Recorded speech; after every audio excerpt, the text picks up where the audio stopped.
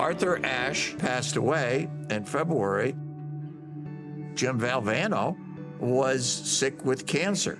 And it was, boy, wouldn't that be something to give an award in honor of somebody who's fighting for their life in the name of Arthur Ashe. His cancer was so advanced that even chemo would not work. So they basically gave him a year, if he was lucky, with treatment. Once it metastasized to the bones, it's very, very painful.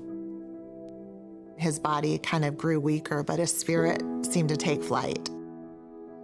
Really, almost immediately after he was diagnosed, I remember him sitting in his office with that notepad and writing down what his plans were and who he needed to be on his team.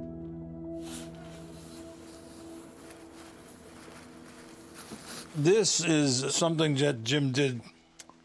He sent a card to everyone who sent him well wishes when he was sick. And the card said, "Thanks for your concern.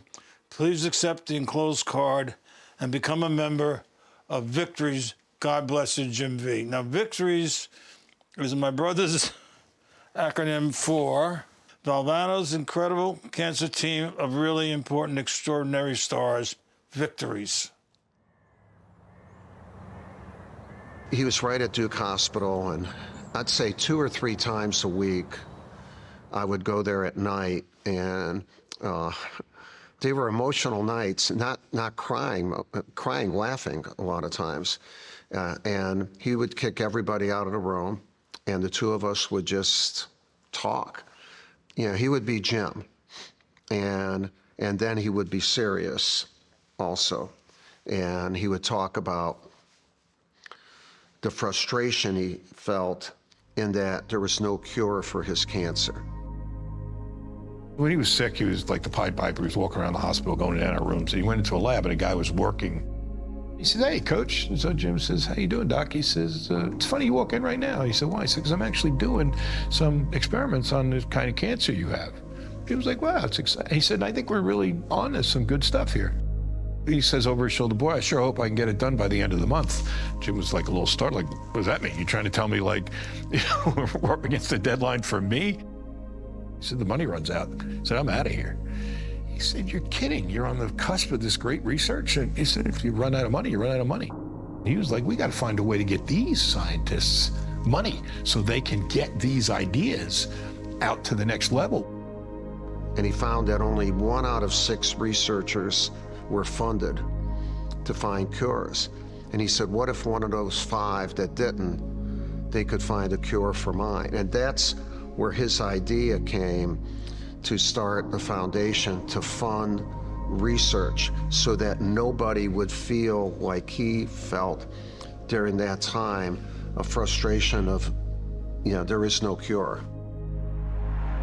He came back for the 10-year reunion of our championship team at Reynolds Coliseum. What happened to him at State, the way he left State was not pretty, and nobody thought he would ever come back to State. So for him to come back to NC State during that time showed a lot of class and character of him. And so he's walking in, and we had known he was sick, but when I saw him walking, I said, wow, my guy's really sick. And he gives a powerful speech. The '83 team taught me about dreaming and the importance of dreams, because nothing can happen if not first a dream.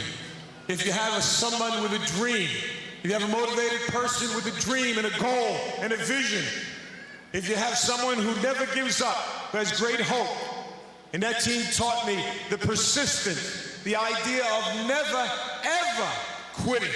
Don't ever give up. Don't ever stop fighting.